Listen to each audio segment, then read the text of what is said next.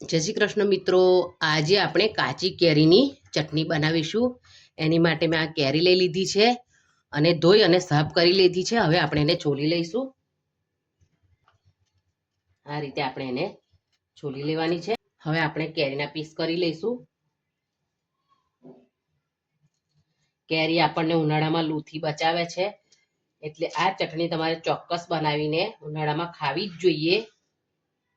આ રીતે આપણે એના પીસ કરી લઈશું। હવે આપણે એક મિક્સર જાર લઈ લઈશું। એમાં આપણે એક બાઉલ કેરીના ટુકડા ઉમેરીશું, ગોળ ઉમેરીશું, અંદર સ્વાદ મુજબ મીઠું ઉમેરીશું। તો કલર સરસ લાલ આવે એની માટે આપણે લાલ મરચું ઉમેરીશું, જીરું ઉમેરીશું 1 ચમચી, થોડું પાણી ઉમેરી અને ચટણીને આપણે ગ્રાઇન્ડ કરી લઈશું। આપણી ચટણી સરસ પીસાઈને તૈયાર થઈ ગઈ છે। હવે આપણે એને એક બાઉલમાં લઈ લઈશું। તો તૈયાર છે આપણી કાચી કેરીની મીઠી મધુરી ચટણી, ચટાકેદાર ચટણી। એને તમે રોટલી સાથે, રોટલા સાથે ને થેપલા સાથે પણ ખાઈ શકો છો। જમવા બેસો ત્યારે પણ એને તમે લઈ શકો છો।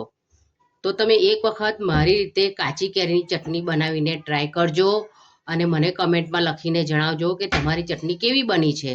તો મારો વિડીયો ગમ્યો હોય તો તમે તમારા મિત્રો અને પરિવાર સાથે શેર કરજો। મારી ચેનલને સબસ્ક્રાઈબ જરૂર કરજો।